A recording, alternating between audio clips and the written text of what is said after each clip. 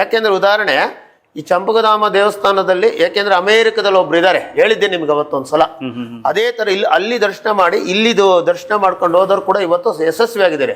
ಅನಾರೋಗ್ಯದಿಂದ ನೆರಳುತ್ತಿದ್ದಂಥದ್ದು ಚಂಪಕಧಾಮನ ಫೋಟೋ ಮತ್ತೆ ಮಾರಮ್ಮ ಫೋಟೋ ಇಟ್ಕೊಂಡು ಈಗಲೂ ಆ ಪೂಜೆ ಮಾಡ್ತಾ ಇದ್ದಾರೆ ಅಮೇರಿಕದಲ್ಲಿ. ಅವರು ಯಶಸ್ವಿಯಾಗಿದೆ. ಕುಲದೇವರು, ಅವರು ಮನೆ ದೇವರು ಚಂಪಕಧಾಮ, ಇವತ್ತು ಯಶಸ್ವಿಯಾಗಿದ್ದಾರೆ. ಅನಾರೋಗ್ಯದಿಂದ ಆರೋಗ್ಯವಂತರಾಗಿ ಈಗಲೂ ಚೆನ್ನಾಗಿದ್ದಾರೆ. ವರ್ಷಕ್ಕೊಂದ್ಸಲ ಬಂದು ದರ್ಶನ ಮಾಡ್ಕೊಂಡಿದ್ದಾರೆ.